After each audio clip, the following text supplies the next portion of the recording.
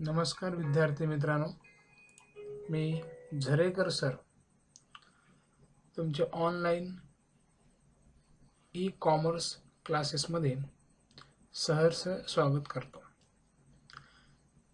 आपण मराठी भाषेमध्ये सहज सोप्या पद्धतीने अकाउंट विषय शिकत आहोत।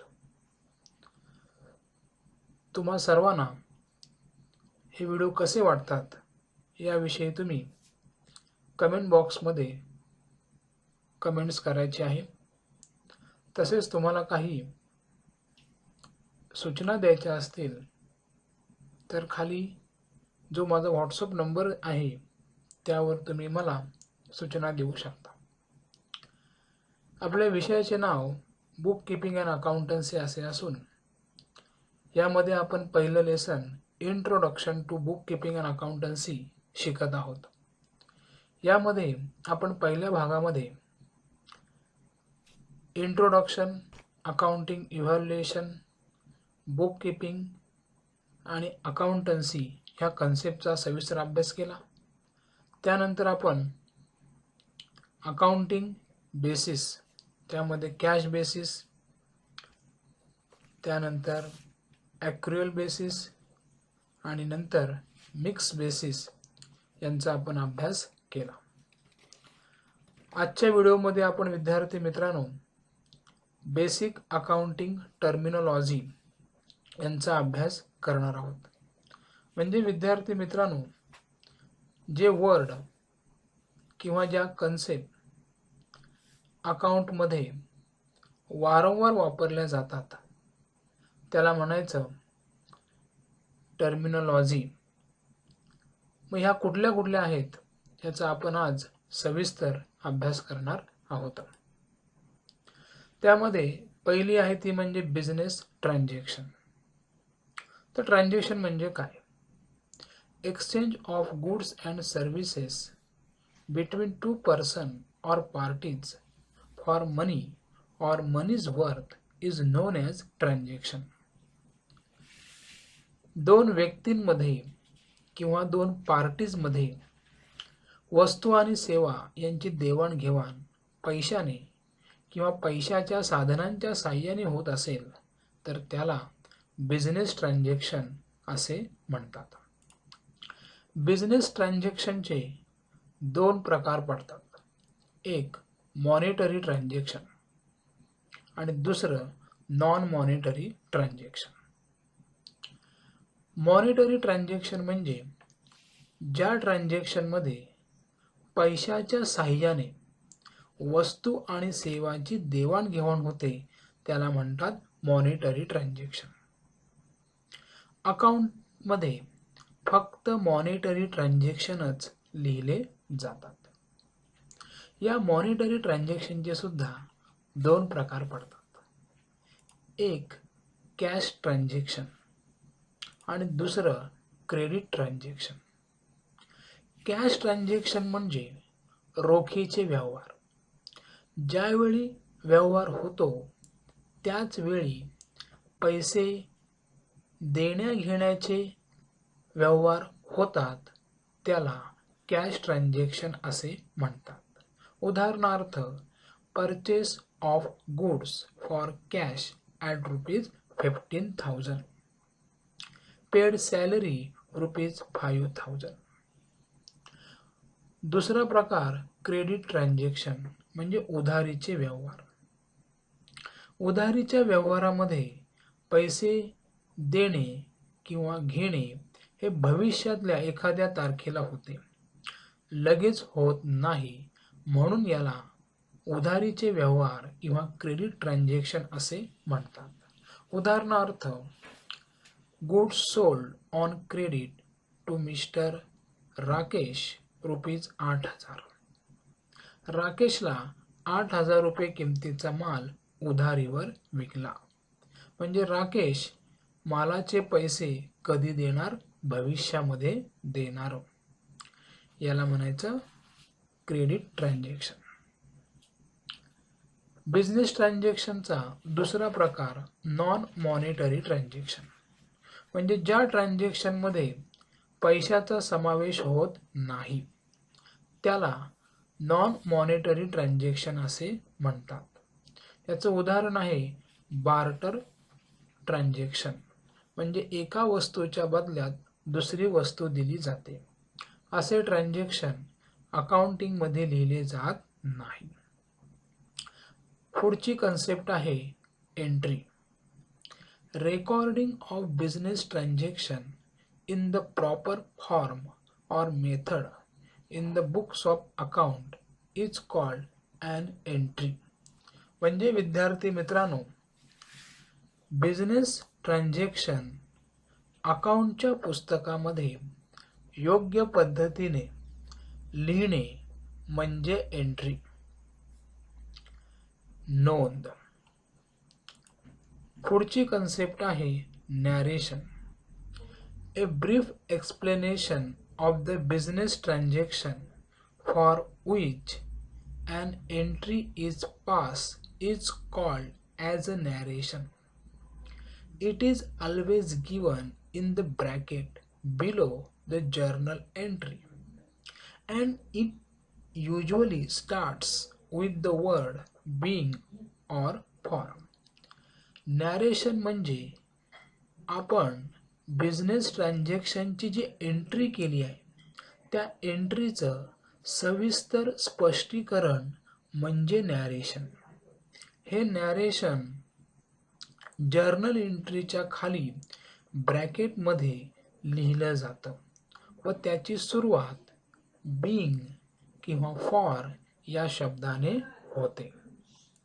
पुढची कन्सेप्ट आहे गुड्स. गुड्स म्हणजे विद्यार्थी मित्रांनो, व्यापारी ज्यांचा व्यापार करतात त्याला त्याचे गुड्स असे म्हणतात. The term goods refers to merchandise, commodities, articles और things in which a trader trades. उदाहरणार्थ medicine are goods for the chemist, म्हणजे मेडिसिन हे त्या केमिस्टवाल्याचे गुड्स आहेत. Vegetables are goods for the vegetable vendor, भाजीवाल्यांचं भाजी हे गुड्स आहेत. पुढची कन्सेप्ट आहे capital. The total amount invested into the business by the owner is called capital. म्हणजे बिझनेसचा ओनर बिझनेसमध्ये स्वतःच्या मालकीचे जे जे इन्व्हेस्टमेंट करतो त्याला त्याचं कॅपिटल म्हणजे भांडवल असे म्हणतात. कॅपिटलचं अकाउंटिंग इक्वेशन आहे capital is equal to asset minus liabilities. Capital ही बिझनेसची लायबिलिटी आहे, म्हणजेच बिझनेस ओनरला कॅपिटल देणे असतो. पुढची कन्सेप्ट आहे ड्रॉइंग म्हणजे उचल. ज्यावेळी बिझनेसचा ओनर बिझनेसमधून स्वतःच्या पर्सनल यूजसाठी कॅश, गुड्स किंवा असेट घेतो तेव्हा त्याला त्याची ड्रॉइंग असे म्हणतात. The amount of cash or value of goods, assets withdrawn from the business by the owner for personal use called as drawing. उदाहरणार्थ प्रोप्रायटरने त्याच्या मुलाच्या कॉलेजची फी भरली किंवा मुलाचा मेडिकलचा एक्सपेन्सेस दिला किंवा मुलाच्या मोबाईलचं बिल भरलं. तर हे सर्व ट्रान्झॅक्शन करण्यासाठी प्रोप्रायटरने पैसे बिझनेसमधून घेतले पण त्याचा वापर मुलासाठी केला, म्हणून ह्याला ड्रॉइंग असे म्हणतात. पुढची कन्सेप्ट आहे debtors. A person who has to pay to the business for getting goods and services on credit is known as debtor. A debtor is a person who owes money to the business. जो व्यक्ती बिझनेसकडून उधारीवर goods आणि service घेतो व त्या बदल्यात बिझनेसला पैसे देणे लागतो त्याला डेटर असे म्हणतात. पुढची कन्सेप्ट आहे creditors. A creditor is a person to whom business owes money. Creditor म्हणजे अशी व्यक्ती की जिला बिझनेस पैसे देणे लागतो. जसं बिझनेस ज्याला उधारीवर माल विकतो त्या कस्टमरला डेटर म्हणतो, तसंच बिझनेस ज्यांच्याकडनं उधारीवर माल खरेदी करतो आणि पैसे भविष्यात देतो अशा लोकांना अकाउंटमध्ये क्रेडिटर्स असे म्हणतात. पुढची कन्सेप्ट आहे बॅड डेब्ट्स. बॅड डेब्ट म्हणजे बुडालेले पैसे. The amount which is not recoverable from sundry debtors is called bad debts. Sundry डेटरकडून जे पैसे बिझनेसला मिळत नाहीत म्हणजेच बुडतात त्याला अकाउंटिंगमध्ये बॅड डेब्ट्स असे म्हणतात. हा एक रेव्हेन्यू लॉस आहे बिझनेसचा. पुढची कन्सेप्ट आहे ती म्हणजे कॅपिटल एक्सपेंडिचर. त्यापूर्वी एक्सपेंडिचर म्हणजे काय ते समजून घेऊया. An amount spent by the business for any consideration received by business is called expenditure. बिझनेसला फायदा मिळवण्यासाठी जर बिझनेस कुठलाही खर्च करत असेल तर त्याला एक्सपेंडिचर असे म्हणतात. एक्सपेंडिचरचा पहिला प्रकार आहे तो म्हणजे कॅपिटल एक्सपेंडिचर, भांडवली खर्च. जर बिझनेसने बिझनेससाठी असेट परचेस केली असेल, फिक्स असेट परचेस केली असेल किंवा केलेल्या एक्सपेन्सेसमुळे फिक्स असेटची व्हॅल्यू इन्क्रीज होत असेल तर त्याला कॅपिटल एक्सपेंडिचर असे म्हणतात. Example purchase of machinery, extension of building. पुढची कन्सेप्ट आहे revenue expenditure. Revenue expenditure is an expenditure from which no future benefit is expected but having immediate or short-term benefit may be less than 1 year. Revenue expenditure म्हणजे असा खर्च की ज्याच्यापासून मिळणारा फायदा हा एका वर्षापेक्षा जास्त काळ नसतो, शॉर्ट टर्मसाठी तो फायदा असतो. या खर्चामुळे बिझनेसचा प्रॉफिट मिळवण्याची क्षमता वाढत नाही. जनरली बिझनेसच्या दैनंदिन ऑपरेटिंग एक्सपेन्सेस पूर्ण करण्यासाठी अशा प्रकारचे खर्च दिले जातात व हे सर्व रेव्हेन्यू एक्सपेंडिचर ट्रेडिंग व प्रॉफिट अँड लॉस अकाउंटच्या डेबिटला लिहिले जातात. उदाहरणार्थ rent paid, salary paid, wedges paid. पुढची कन्सेप्ट आहे डिफर्ड रेव्हेन्यू एक्सपेंडिचर. मुळातच हा रेव्हेन्यू एक्सपेंडिचर आहे, पण एखादा रेव्हेन्यू एक्सपेंडिचर एका वर्षापेक्षा जास्त कालावधीसाठी पेड केला असेल व त्यापासून मिळणारे बेनिफिट सुद्धा एका वर्षापेक्षा जास्त कालावधीसाठी मिळणार असतील तर त्याला डिफर्ड रेव्हेन्यू एक्सपेंडिचर म्हणतात. उदाहरणार्थ ॲडव्हर्टाइजमेंट कंपनीने एका वर्षासाठी दिली तर त्याला म्हणायचं रेव्हेन्यू एक्सपेंडिचर. पण ॲडव्हर्टाइजमेंटचा एक्सपेन्सेस एका वर्षापेक्षा जास्त कालावधीसाठी 2 वर्ष 3 वर्षासाठी पेड केला असेल तर त्याला म्हणायचं डिफर्ड रेव्हेन्यू एक्सपेंडिचर. पुढची कन्सेप्ट आहे ट्रेड डिस्काउंट. त्यापूर्वी डिस्काउंट म्हणजे काय ते आपण समजून घेऊया. Discount is a concession or allowances given by the seller to purchaser. Discount म्हणजे कन्सेशन किंवा अलाउन्स सेलरने म्हणजे विक्रेत्याने खरेदीदाराला दिलेली सूट. म्हणजे आपण कपड्याच्या दुकानात गेलो, कपडेवाला म्हटला 200 रुपये ड्रेस आहे तर आपण त्याला म्हणतो 150 घे, 180 घे. समजा त्याने 180 रुपये घेतले तर 20 रुपये आपल्याला काय भेटला? डिस्काउंट, सूट. एकदम बरोबर. तर अकाउंटमध्ये डिस्काउंट 2 प्रकारचे आहेत. एक ट्रेड डिस्काउंट, त्याला म्हणायचं व्यापारी सूट. It is an allowances given on catalogue price or list price of goods. This discount is allowed at the time of purchase or sale of goods. हा जो डिस्काउंट आहे हा कॅटलॉग प्राइस किंवा list प्राइसवर दिला जातो. त्याचबरोबर हा डिस्काउंट हा ज्यावेळी मालाची खरेदी किंवा विक्री होते त्यावेळी दिला जातो. ट्रेड डिस्काउंट हा एक व्यापाराचा भाग आहे. एक व्यापारी दुसऱ्या व्यापाऱ्याला ट्रेड डिस्काउंट देतो.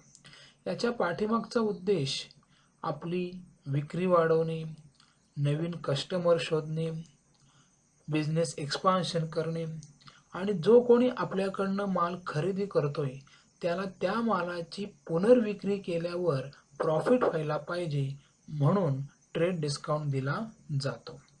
उदाहरणार्थ, ए या व्यापाऱ्याने बी या व्यापाऱ्याकडून गुड्स परचेस केले पुन्हा विक्रीसाठी.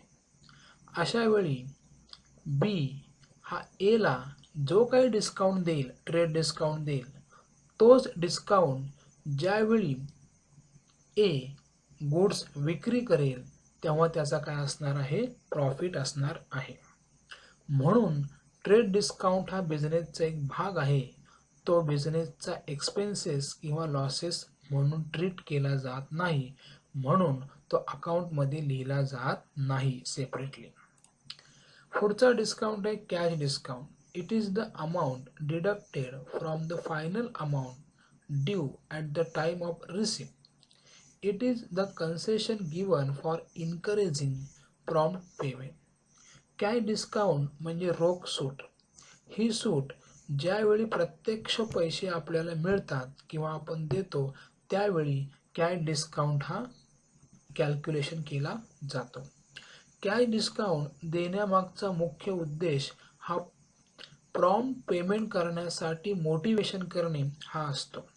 बिझनेस म्हटला का आपल्याला अनेकांकडनं पैसे येणे असतात. मग अशा वेळी पैसे लवकर मिळण्यासाठी डिस्काउंट हा दिला जाऊ शकतो. हा डिस्काउंट ज्यावेळी ट्रान्झॅक्शन होतं त्यावेळी ऑन दी स्पॉट सुद्धा दिला जाऊ शकतो किंवा स्पेसिफिक पिरियडच्या वेळी सुद्धा दिला जाऊ शकतो. ट्रेड डिस्काउंट कॅल्क्युलेशन केल्यानंतर कॅश डिस्काउंट हा कॅल्क्युलेशन केला जातो. कॅश डिस्काउंट हा बिझनेसचा एक्सपेन्सेस किंवा इन्कम ट्रीट केला जातो म्हणून तो अकाउंटमध्ये लिहिला जातो.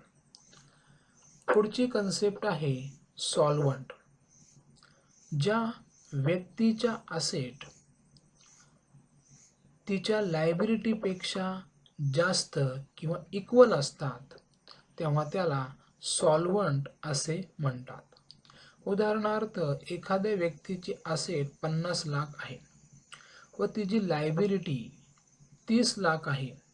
म्हणजे 50 लाखातून तो 30 लाख रुपये सहज पेड करू शकतो म्हणून त्याला सॉल्व्हंट पर्सन असे म्हणतात. पुढची कन्सेप्ट आहे इनसॉल्व्हंट. सॉल्व्हंटच्या विरुद्ध म्हणजे इनसॉल्व्हंट. म्हणजे ज्या व्यक्तीच्या असेट कमी आहेत परंतु लायबिलिटी जास्त आहेत त्याला अकाउंटिंगमध्ये म्हणायचं इनसॉल्व्हंट, दिवाळखोर. पुढची कन्सेप्ट आहे अकाउंटिंग इयर. तुम्हाला माहिती आहे की वर्ष हे 12 महिन्याचं असतं. जसं आपलं कॅलेंडर इयर 1 जानेवारी ते 31 डिसेंबर असे आहे. परंतु अकाउंटिंग इयर हे 1 एप्रिल ते 31 मार्च असे आहे. कारण इन्कम टॅक्सच्या कायद्यानुसार इन्कम टॅक्सच्या उद्देशासाठी आपल्या देशामध्ये अकाउंटिंग इयर हे 1 एप्रिल ते 31 मार्च हे असं गृहीत धरलं जातं. त्याला फायनान्शियल इयर असं सुद्धा म्हणतात. पुढची कन्सेप्ट आहे ट्रेडिंग कन्सर्न. कन्सर्न म्हणजे संस्था, ट्रेडिंग म्हणजे व्यापारी. जी संस्था वस्तू किंवा सेवेची खरेदी विक्री करून नफा मिळवते त्याला म्हणायचं ट्रेडिंग कन्सर्न. उदाहरणार्थ, soul trader, partnership, joint stock company याला म्हणायचं ट्रेडिंग कन्सर्न, व्यापारी संघटना किंवा संस्था. पुढची कन्सेप्ट आहे नॉट फॉर प्रॉफिट कन्सर्न. म्हणजे नफा हेतू नसलेली संस्था. ज्या संघटनेचा, संस्थेचा उद्देश नफा मिळवणे नसतो, म्हणजेच ट्रेडिंग ॲक्टिव्हिटी करणे नसतो, तर आपल्या सभासदांना व समाजाला सेवा देणे हा असतो. अशा संस्थांना नॉट फॉर प्रॉफिट कन्सर्न असे म्हणतात. अशा संस्था जनरली कला, संस्कृती, खेळ, शिक्षण, आरोग्य यांना प्रोत्साहन देण्यासाठी स्थापन झालेल्या असतात. उदाहरणार्थ स्कूल्स, हॉस्पिटल्स, स्पोर्ट्स क्लब इत्यादी. पुढची कन्सेप्ट आहे गुडविल, नावलौकिक किंवा reputation. Goodwill is the reputation of business express in terms of money. एखाद्या व्यवसायाची प्रसिद्धी पैशामध्ये व्यक्त करणे म्हणजे त्याला गुडविल असे म्हणतात. गुडविल प्रसिद्धी ही एका वर्षामध्ये तयार होत नाही, तर वर्षानुवर्ष जेव्हा बिझनेस जनमानसामध्ये स्वतःचे नाव मिळवतो, बिझनेसविषयी लोकांच्या मनामध्ये एक प्रकारचा रिस्पेक्ट तयार होतो, बिझनेसच्या कामकाजाविषयी, मॅनेजमेंटविषयी, कर्मचाऱ्यांच्या विषयी, बिझनेसच्या ॲबिलिटीविषयी जे काही जनमानसात प्रतिमा असते त्याचंच काउंटिंग पैशामध्ये करणं याला गुडविल असे म्हणतात. गुडविल ही एक इनटँजिबल असेट आहे. गुडविलचे व्हॅल्यू काढण्याच्या मेथडसुद्धा अनेक आहेत. इनटँजिबल म्हणजे अदृश्य असेट आहे. गुडविल आपल्या डोळ्यात दिसत नाही, आपण त्यांना स्पर्श करू शकत नाही, फक्त आपण त्याचा अंदाज किंवा ते आपल्याला जाणवतं. दोन सारख्या व्यावसायिकांमध्ये एका व्यवसायाला त्याच्यासारख्या दुसऱ्या व्यवसायापेक्षा भरपूर प्रॉफिट होत असेल तर त्यालाच त्या बिझनेसचं मार्केटमधलं गुडविल असं आपल्याला म्हणता येईल. पुढची कन्सेप्ट आहे प्रॉफिट म्हणजे नफा. When the selling price of goods is more than the cost price, it is a profit.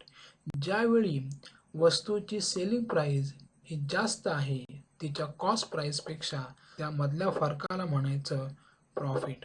उदाहरणार्थ गुड्स 50,000 रुपयाचे विकलेले आहेत आणि त्याच दरम्यानचा खर्च हा 30,000 रुपये आहे, तर 50,000मधून 30,000 मायनस केले तर प्रॉफिट किती झाला?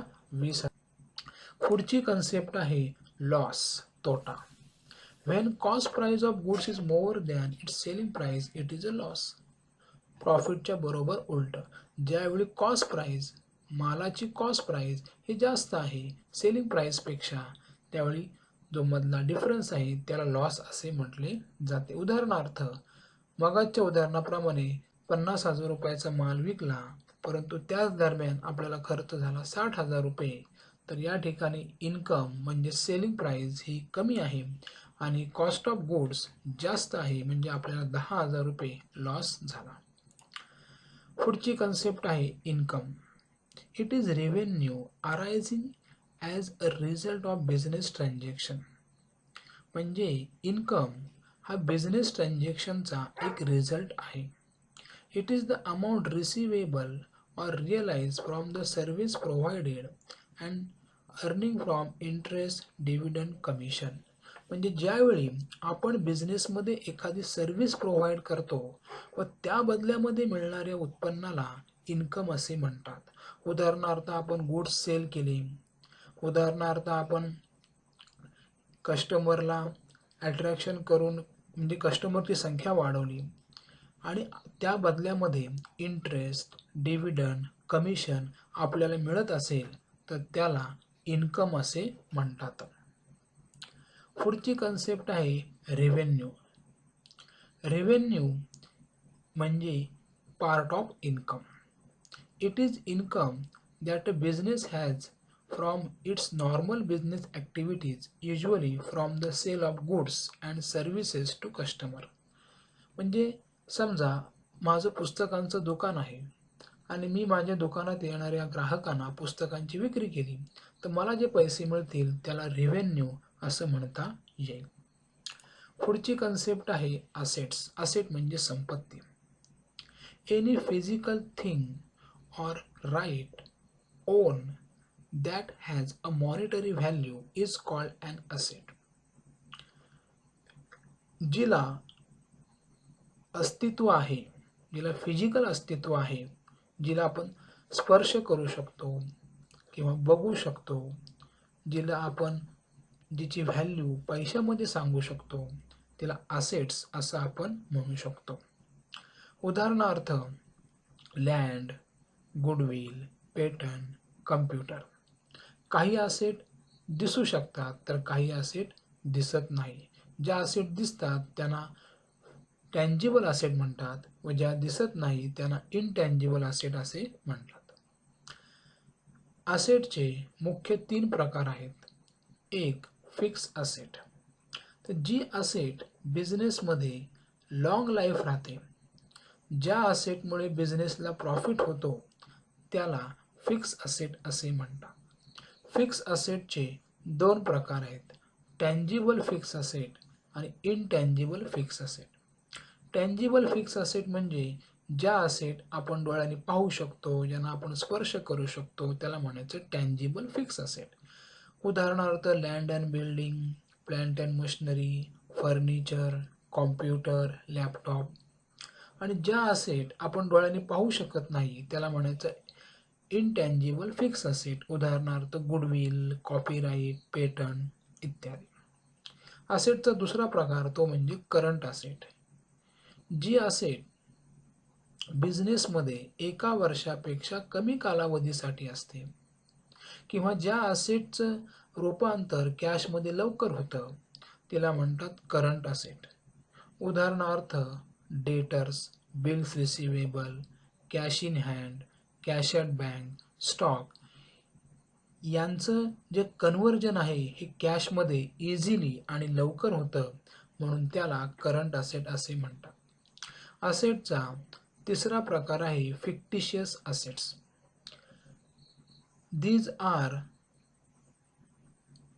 These assets are not represented by tangible possession or property. म्हणजे ह्या ज्या फिक्टिशियस असेट आहेत ह्यांना कुठल्याही प्रकारचं टँजिबल पजेशन म्हणजे टँजिबल पजेशन नसतं. They are imaginary asset but do not have any reliable value. म्हणजे ह्या ज्या असेट आहे ह्यांना कुठल्याही प्रकारचं टँजिबल पजेशन म्हणजे अस्तित्व नसतं. त्या एक मानलेल्या असेट्स आहेत, यांना कुठल्याही प्रकारची रिलायबल व्हॅल्यू अशी नसते. एक्झाम्पल डिफर्ड रेव्हेन्यू एक्सपेंडिचर हे या असेटचं एक्झाम्पल आहे. पुढची कन्सेप्ट आहे लायबिलिटीज म्हणजे देणी. Amount payable by the business to others is known as liability. बिझनेसशी संबंधित लोकांना जे पैसे देणे लागतो त्याला लायबिलिटीज असे म्हणतात. Example loan taken, creditors, bank overdraft, outstanding expenses या बिझनेसच्या लायबिलिटीज आहेत. लायबिलिटीजचे 2 प्रकार आहेत. Fix liability. One of the major source of fund in the business is fixed liability. बिझनेसच्या फंडचा जो मेजर सोर्स आहे तो फिक्स लायबिलिटी आहे. It may be in the form of capital, secured loan, loan terms, loans from banks and from financial institution. म्हणजे fix लायबिलिटीची ही उदाहरणं आहेत की याच्या माध्यमातून बिझनेसला आपला फंड आहे हा गोळा करता येतो. ही जी फिक्स लायबिलिटी आहे ही जनरली दीर्घ कालावधीसाठी असते. लायबिलिटीचा दुसरा प्रकार आहे करंट लायबिलिटी, चालू देणी. Short term liabilities payable within a year are called current liability. जी लायबिलिटी 1 वर्षामध्ये पेड केली जाते तिला करंट लायबिलिटीज असे म्हणतात. आपल्या बिझनेसचा जो ऑपरेशन आहे म्हणजे आपल्या बिझनेसमध्ये जे व्यवहार होतात वस्तूच्या खरेदी विक्रीचे त्याच्यामध्येच करंट लायबिलिटी ही येत असते. उदाहरणार्थ creditors, bills payable, outstanding expenses ह्या बिझनेसच्या करंट लायबिलिटीज आहेत. या 1 वर्षामध्ये किंवा त्यापेक्षा कमी कालावधीमध्ये पेड केल्या जातात. पुढची कन्सेप्ट आहे नेटवर्थ.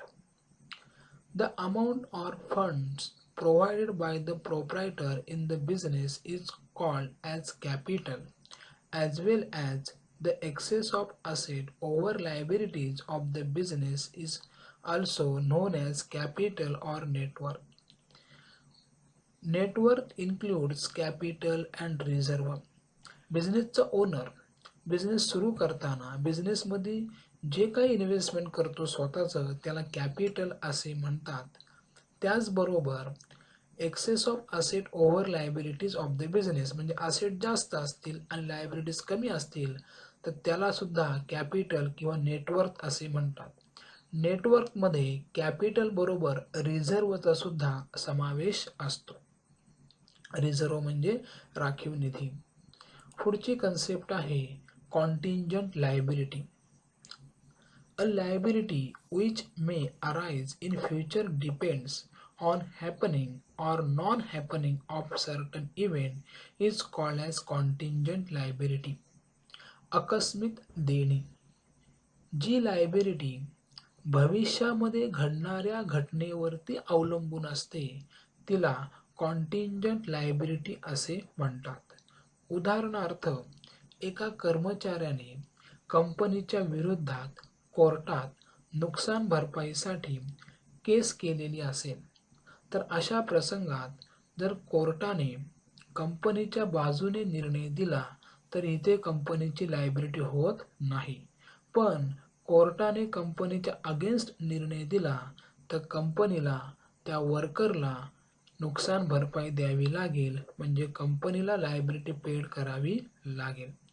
तर अशा प्रकारे विद्यार्थी मित्रांनो आपण सरळ साध्या मराठी भाषेमध्ये बेसिक अकाउंटिंग टर्मिनॉलॉजी समजून घेतलेली आहे. तुम्हाला काही सूचना द्यायच्या असतील तर नक्कीच कमेंट्समध्ये तुम्ही द्यायच्या आहेत. धन्यवाद.